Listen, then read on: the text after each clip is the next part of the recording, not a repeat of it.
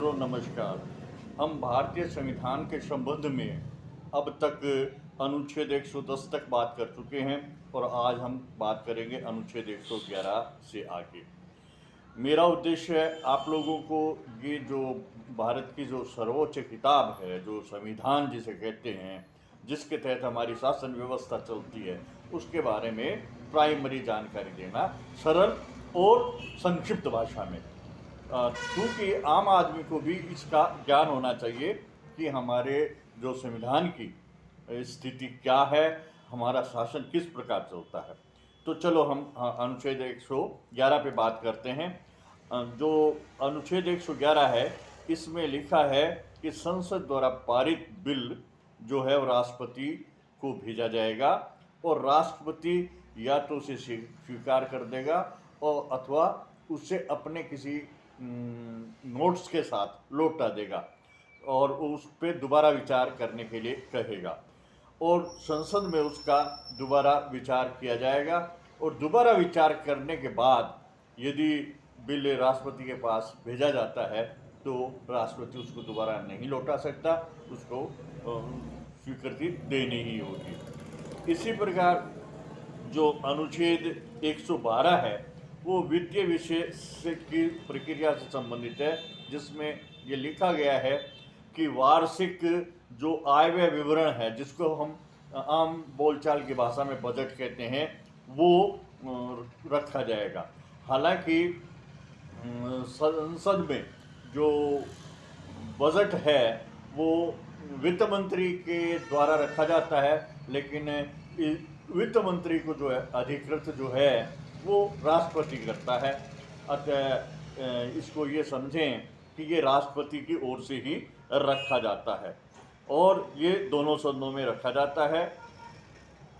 संचित निधि के खर्चे जो हैं वो इसमें बताए जाते हैं और राजस्व संबंधी जो आय व्यय है वो इसमें बताया जाता है।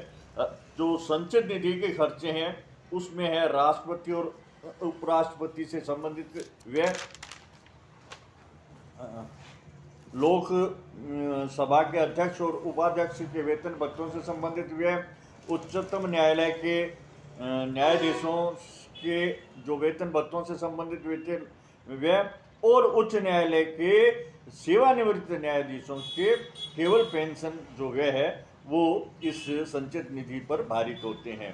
इसके अलावा सीएजी का जो व्यय है उसका वो भी अपने संचित निधि में भारित होता है।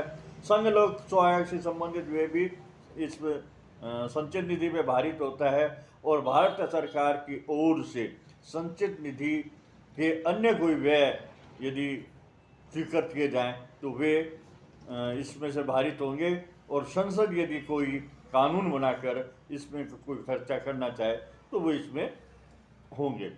तो अब तक हमने बात कर ली 112 पे। 113 जो अनुच्छेद है वो संसद में अनुमान से संबंधित प्रक्रिया का है। संसद में संचित निधि पर भारित करने वाले खर्चों पर चर्चा तो हो सकती है लेकिन मतदान नहीं होगा। अन्य जो व्यय हैं उनको संसद में रखे जाएंगे और उन पर चर्चा भी होगी और मतदान भी होगा।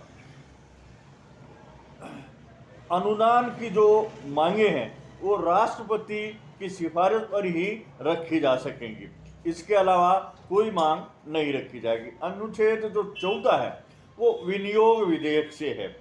संचित निधि में से पैसा लेने हेतु जो विधेयक लाया जाएगा उसको हम विनियोग विधेयक कहते हैं और जो ये विनियोग विधेयक है वो अनुच्छेद 115 और 16 के अंतर्गत ही लाया जा सकेगा। अनुच्छेद 115 जो है अनुपूरक अनुदान, अतिरिक्त अनुदान, अधिक अनुदान के बारे में बात करता है और अनुच्छेद 116 है वो लेखा अनुदान, प्रतिया अनुदान और आपदा अनुदान के विषय में है। लेखा अनुदान वार्षिक व्यय का यदि बजट पारित होने पर अप्रैल और मई के खर्चे जब तक वो पूरा बजट पारित होकर पूरी प्रक्रिया से गुजर के हमारे पास नहीं आए है ना, सरकार के पास नहीं आए तो 1/6 भाग तक और उसमें व्यय करने का अधिकार दिया गया है। इसके अलावा जो प्रतिक्रिया अनुदान है वो किसी विशेष परिस्थिति के लिए बनाया जाता है, और अपवाद जो अनुदान है वो आज तक इसका संसद में कोई मामला नहीं आया। और अगला जो बात है 117 में अनुच्छेद 110 के तहत राष्ट्रपति के सिफारिश के बिना कोई भी जो अनुदान मांग है वो नहीं रखी जाएगी। और जो दूसरा जो इसका बिंदु है, संचित निधि पर भारित होने वाले व्यय राष्ट्रपति की अनुमति के बिना नहीं रखे जाएंगे। आज के वीडियो में बस इतना ही, फिर मिलेंगे किसी अन्य वीडियो में, तब तक के लिए धन्यवाद।